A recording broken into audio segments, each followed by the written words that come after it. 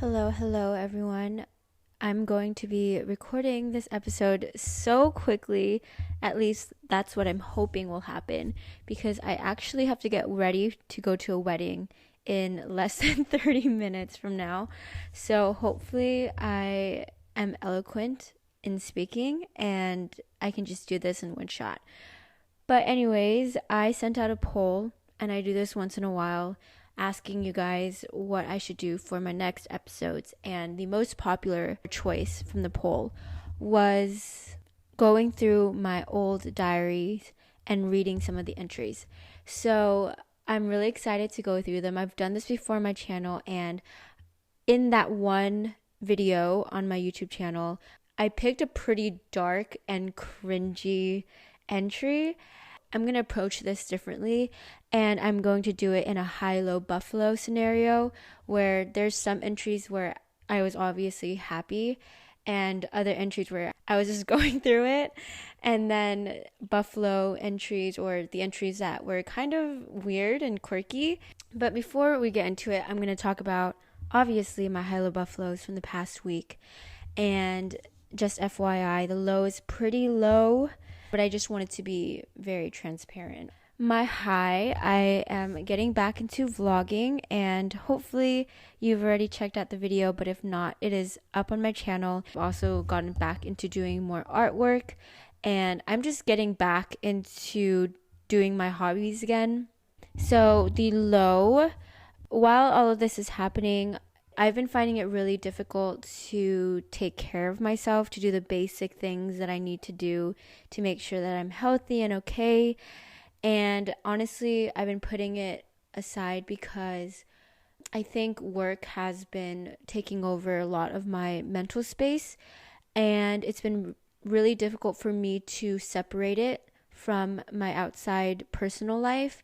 And because of that, I have not been in the best mood. And I mean, each day I'm taking little steps to get out of this little rut, but we'll see how long it takes.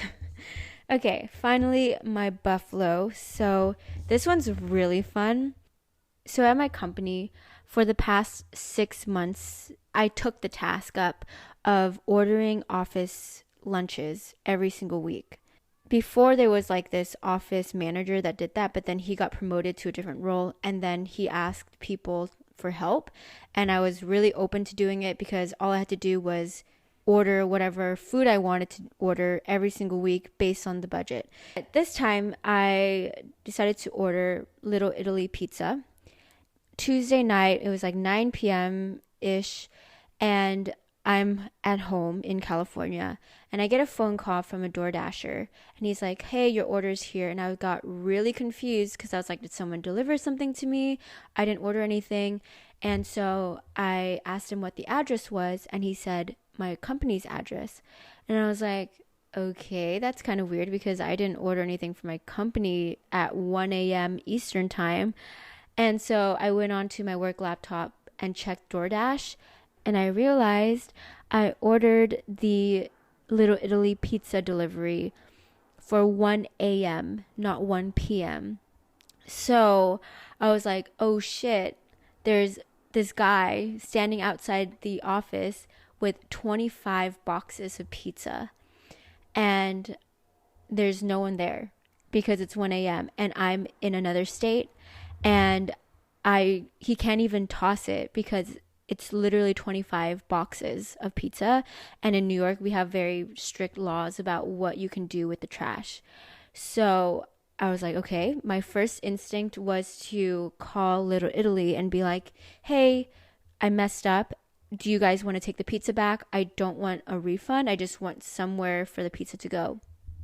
And so I called them, and I don't think English was their first language. So I think they misheard me or misunderstood me.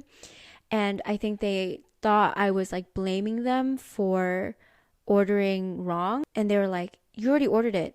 You ordered the wrong time. Like, blah, blah, blah, blah, blah. And I was like trying to just like ask. I was just curious. I was like, hey, like, do you guys want to take them? Because if not, I think they might have to be tossed. And they're like, no, we don't want it. We don't want it. You can't take it back. So then I was like, okay, it's fine. And so I called the driver again and I was like, would you be willing to deliver it to another location? He was like, yeah, if it's close by. So I'm literally going through my contacts and trying to find every single person that I know is still in the city today. And so I called Tony, I called all my friends, and the only person who picks up is Tony. I mean, rightfully so. It's like 1 a.m. And he was like, I'm in Queens. And I was like, there's no way in hell that this guy's going to drive all the way out of Manhattan to drop off these pizzas because he lives pretty far away. And Tony was really sweet about it. Shout out to Tony because he was willing to drive into Manhattan and figure it out with me. But I was like, no, it's fine. Like, I really felt bad. It was 1 a.m. He also had other plans the next day. And I was like, let's just not complicate this. So then I got a DoorDash customer service phone call. And they're like, hey, we heard that you scheduled the delivery for the wrong time. And I was like, yeah. And he was like, so can we just drop it off at some kind of apartment? Can you just give us apartment number? And then we'll just leave it out there. And then whenever you get back, you can go get the pizzas. And I was like, well, let me explain my situation. So I basically told him, I was like, hey, I'm not in New York right now. I'm in California. And the address I gave you is an office building. Like, this is for an office lunch. So no one will be in the office until like 8, 9 a.m. in the morning the next day. And he was like, oh. And I was like, yeah. And I tried calling all my friends to pick up the pizza or like at least have a place to drop off the pizza. But it's 1 a.m. and no one's picking up. So can you help me out here? And he was so sweet. He was like, would you be willing to drop it off at a homeless shelter?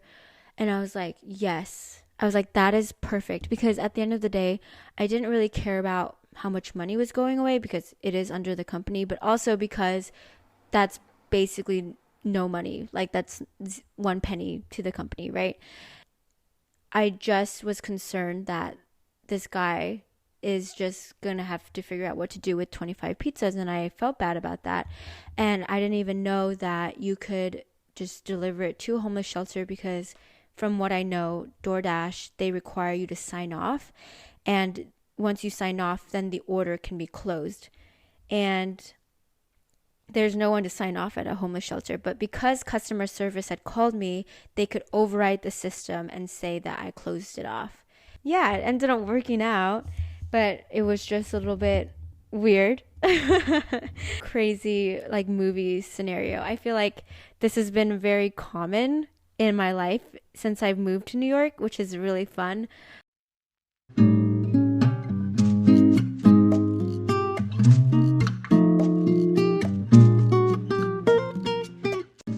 Okay, before I get started, I also wanted to mention I switched out the way that I'm recording these podcasts, and I'm using a proper mic now, which I forgot I owned. If you have an opinion and you feel like it's worse or better, let me know.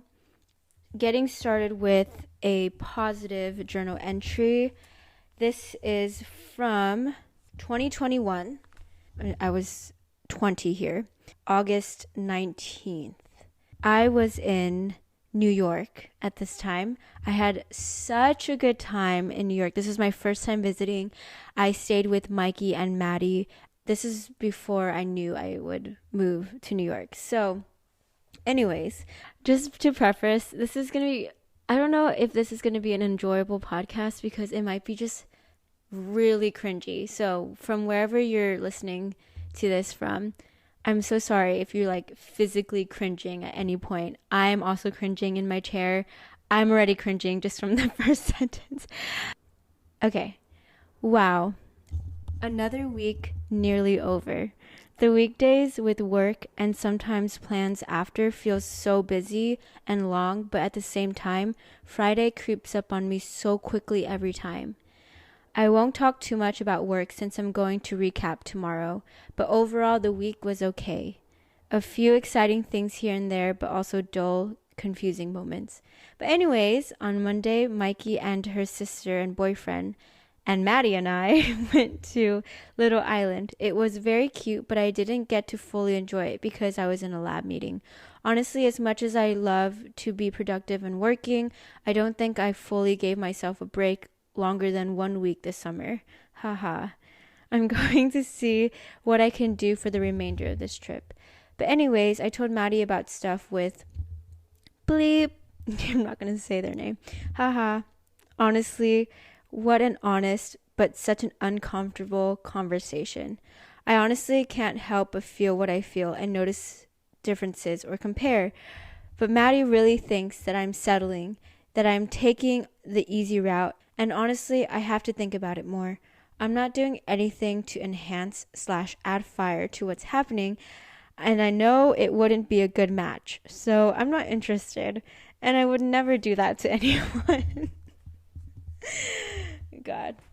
Just how that person approaches things made me notice and brought out certain things I haven't really considered and things I ignored and pushed aside between a different person's name and I.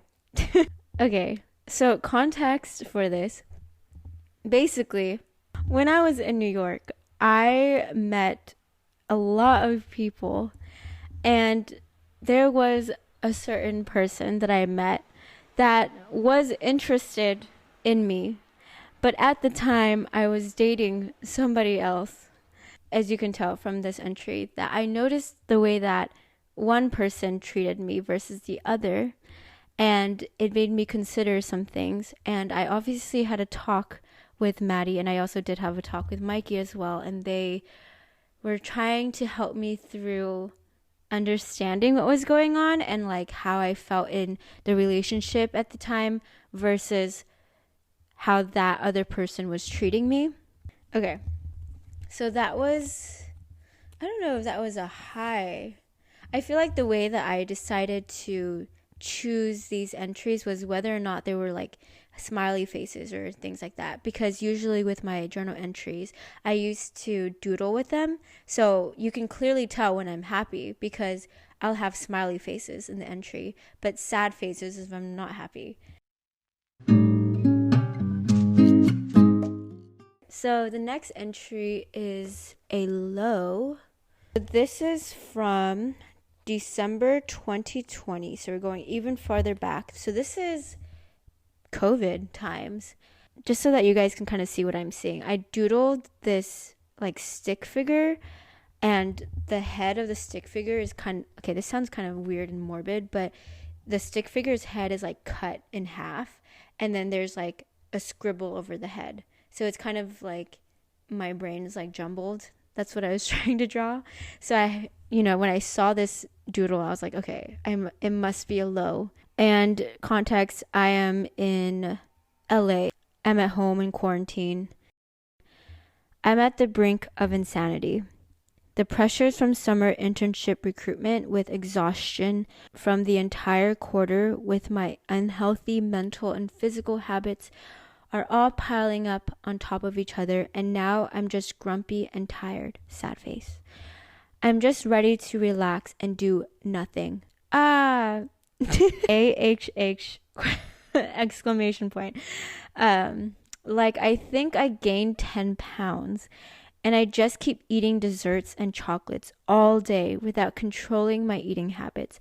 I'm just tired of it all. I'm not too happy with much really, and like expected, the second Vlogmas video I uploaded didn't go well at all. That's really upsetting. Jeez.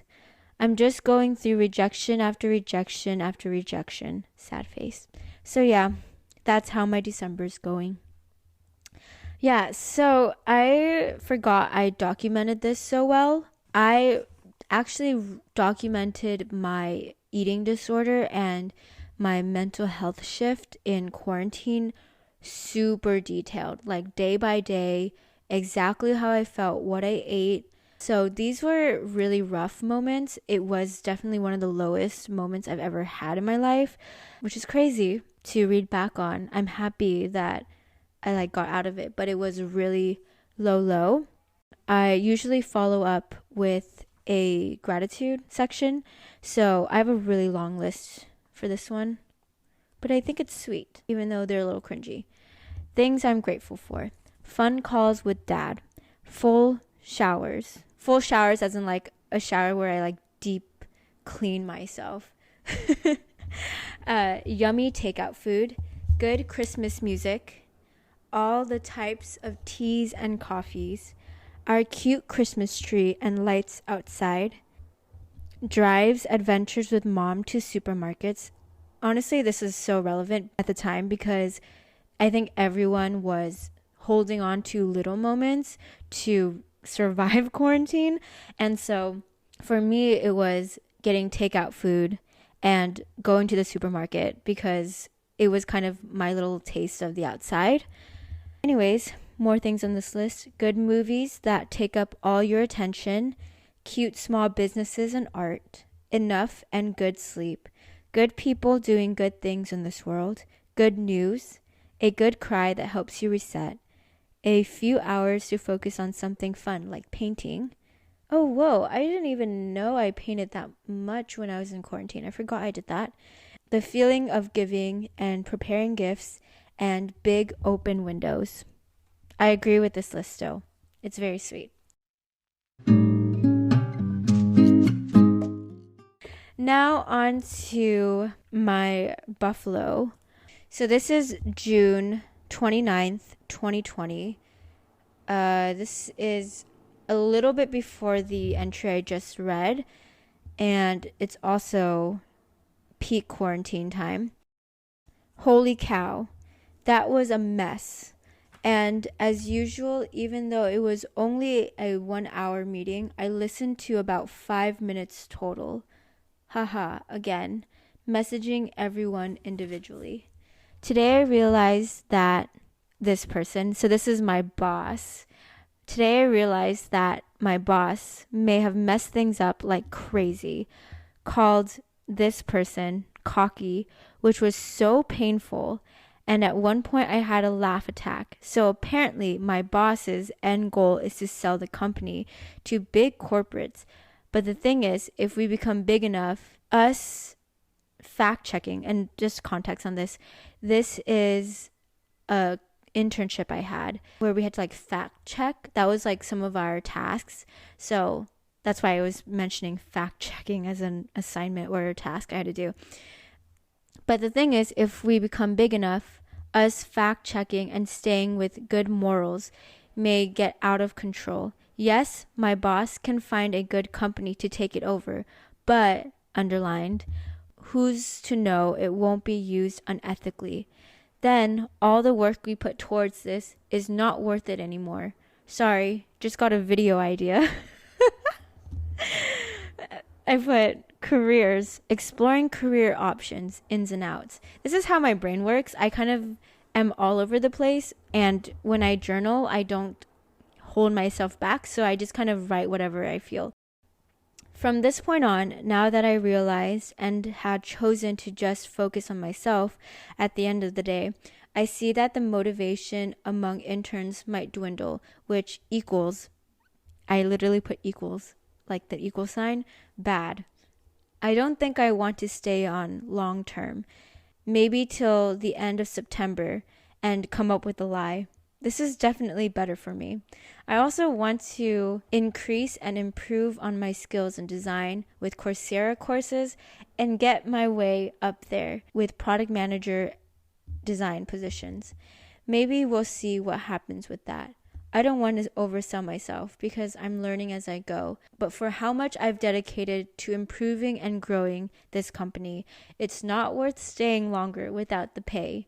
Cool beans. Oh my god. Yeah, so this was an unpaid internship that I stayed for 5-ish months. The boss in this company was very interesting. I have just had very interesting experiences with my bosses, let's just say, and it has shaped me to be a very different person today. And this boss, so this internship was at a startup where there was no HR. So a lot of things that shouldn't have slid by. And there are some times when this boss would literally attack us, the interns. And there are times when the boss would be so rude, out of pocket shit was coming out of his mouth. my boss would call like people names, literally attack people on a personal level. And I remember this like one time they're like, oh, you just like complain and you like, you're just so cocky and you think you know anything, but you just don't know everything, and like blah, blah, blah. And it was just so intense between my boss and this one intern throughout the entire meeting. I was just so in shock. And I was so close to everyone, and we were all like honestly bonded through trauma. So it was hilarious to me that this was happening, because also the person that this was happening to, I knew they could take it, and I knew they were like a badass and they would be just fine like handling the situation. So it was hilarious to me. And I was like trying so hard during the meeting to not laugh in front of the camera. So I would literally have to like lunge out of the camera frame and laugh and then come back. And I remember like grabbing like popcorn and strawberries and like all these snacks to eat while this whole hour meeting long fight was going. So yeah, that is what happened. Okay, so for my last little bit of this episode, I'm going to just open one of my journals to a random page, and I'm going to read whatever is there. I hope it is a good entry where it's not too negative, but it's also not too boring, so that I can end it on a good note. This is January 22nd, 2019. So this is pre-quarantine time, and I was 18 years old. I was in college, my first year of college. Just finished a 3-day weekend, and it's the night before school starts tomorrow again, week 3. This quarter, I've been putting a lot on my plate, and I'm really hoping that I can balance it all. I also really hope that it doesn't take too much away from my family time/sleep/grades. Ugh, AGH. For winter 19, I'm taking 14 units plus SHF plus foundations dance. Foundations with SHF takes about 9 to 12 hours a week, depending on the event. I just want to stay above the water and succeed while enjoying all the commitments. I know it's a lot, but I just need to trust myself and put in the work. I hope foundation turns out worthwhile, because so far things are okay.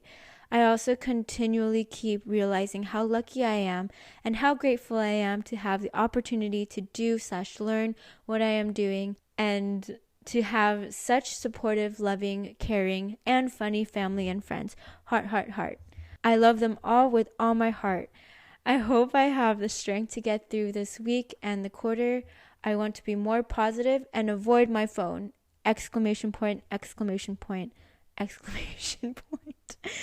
Okay. That one was a cute entry from a cute time in my life.